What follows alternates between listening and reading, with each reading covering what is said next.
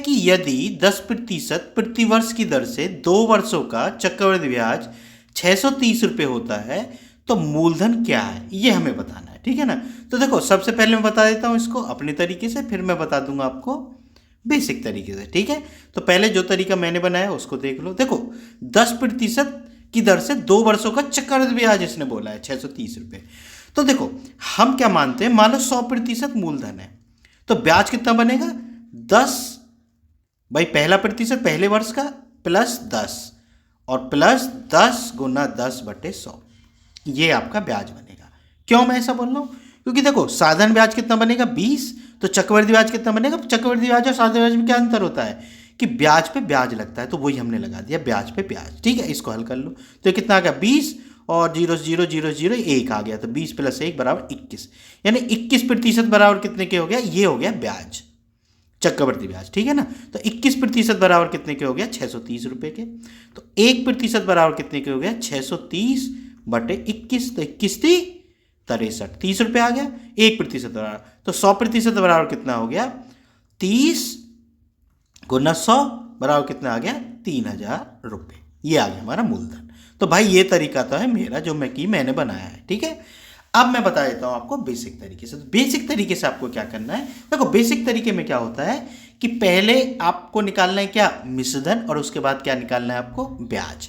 तो इसके लिए क्या करना होगा भाई आपको कि मान लेते हैं, माना मूलधन क्या है x रुपये है, माना मूलधन बराबर x रुपये। ठीक है। तो चक्रवृद्धि ब्याज बराबर क्या होता है, यानी 600 चक्रवृद्धि मिश्रधन होता है इसमें। तो मिश्रधन बराबर क्या होता है, मिश्रधन बराबर होता है मूलधन, मूलधन कितना है हमने x माना है 1 + 10 दर 10 है बटे 100 और उसकी पावर समय। इसको हल कर लो। ठीक है। तो मिश्रधन बराबर क्या हो गया भाई x, और ये कितना आ गया भाई, ये 0 से 0 काट लो तो ये आ जाएगा 11/10, है ना। 10 एकम 10 और 1 11/10 की पावर 2। ठीक, अब इसको हल करो भाई, तो कितना आ गया x गुना 11/10 गुना 11/10। तो भाई ये तो आ गया आपका मूलधन।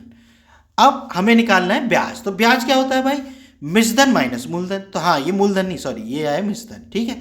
तो मिश्रधन में से भाई मूलधन घटा दो, तो ये कितना आ गया 121, भाई 11 11 में 121 x/100 माइनस मूलधन हमने कितना माना था x माना था, बराबर ब्याज। ब्याज कितना है 630 रुपये। इसको हल कर लो भाई, तो ये कितना आ गया भाई 121x माइनस कितना आ गया 100x/100। 100 को देखो इधर भाग में, इधर जाके गुना में हो जाएगा क्योंकि दोनों के बटे। चलो मैं एक स्टेप और लिख देता हूँ 630। ठीक है ना, आप बोलते हो पूरा नहीं किया। ठीक, आगे चलो। तो ये कितना आ गया भाई, तो ये आ गया 121 में से 100 जाएंगे कितने बचेंगे 21x बराबर 630 गुना 100।